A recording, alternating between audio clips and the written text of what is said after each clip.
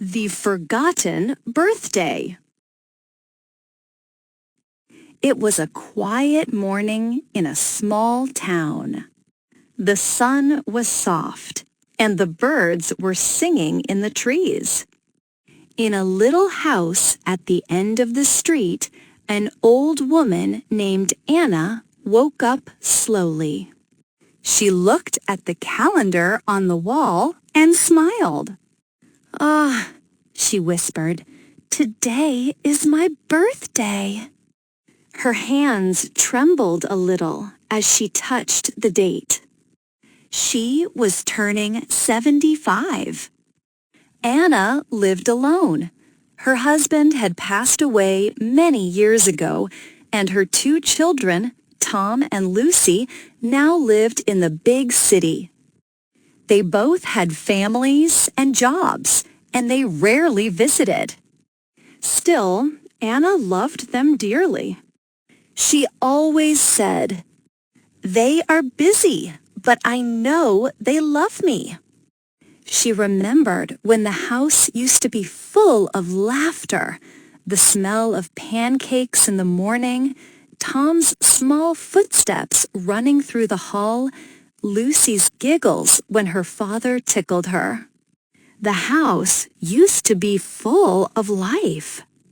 But now, only the ticking of the old clock filled the silence.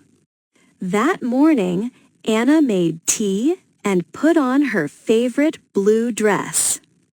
It was a little old, but it made her feel happy.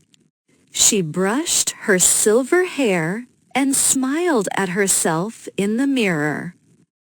"I'll make a cake," she said softly.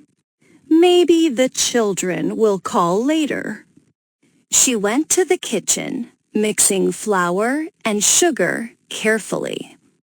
Her movements were slow but full of love. The smell of vanilla soon filled the air. She set the small round cake on the table and decorated it with strawberries. "Just like when they were little," she said with a smile. At noon, she sat near the window with her cup of tea. She looked at the road, hoping to see a familiar car stop in front of her house. But no one came. "Maybe they're busy," she told herself.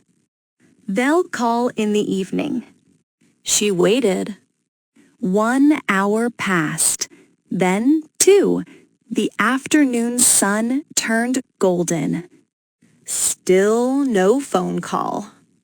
She looked at the clock again, 6 p.m., and sighed softly. The cake sat on the table, untouched. Anna turned on the radio to break the silence.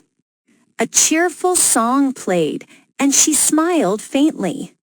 She tried to remember her birthdays long ago, the candles, the hugs, the laughter. She remembered Tom giving her flowers from the garden and Lucy singing "Happy Birthday" with her small, sweet voice. A tear rolled down her cheek, but she quickly wiped it away. "Don't cry, Anna," she whispered to herself. "You're lucky to have memories. Some people don't even have that." As the sun went down, she lit a small candle on the cake. The flame danced gently in the dim room. She looked at the candle and whispered, "Happy birthday to me." Her voice was soft and shaky, but she smiled bravely. At that moment, the phone rang. Her heart jumped. She quickly stood up and went to answer. "Hello?" she said with excitement. But it was just a wrong number. "Oh, I see," she said softly. "That's all right. Have a good evening." She hung up the phone slowly and went back to the table. The candle had melted halfway. The house was silent again. She cut a small piece of cake and whispered, "It still tastes good." Outside, the stars began to appear. The night was calm and cold. Anna looked out the window, her eyes full of both hope and sadness. "Maybe they'll remember tomorrow," she said quietly. "Maybe tomorrow." She blew out the candle and sat by the window, holding her cup of tea, alone with her memories and her love that never faded. The next morning, the sun rose again over the small town. The light touched the little house where Anna lived. The house looked calm, the same as always, but it was very quiet inside. In the city, far away, Tom woke up late. He was getting ready for work when his wife asked, "Tom, didn't you say your mother's birthday was this week?" Tom froze for a second. "Oh no," he said softly. "It was yesterday." He felt a sharp pain in his chest. He looked at his phone. No call, no message. He had been too busy. Meetings, reports, traffic. He had forgotten. He sighed deeply. "I'll call her now." He tried calling, but no one answered. At the same time, his sister Lucy was sitting at her desk at work. She was drinking coffee when she suddenly saw the date on her computer screen. "Oh no! Mom's birthday!" She quickly grabbed her phone and called too. But again, no answer. Both of them tried again and again, but the phone stayed silent. That evening, they decided to drive back to the village together. The road was long and quiet. The sun was setting behind the hills, painting the sky orange and pink.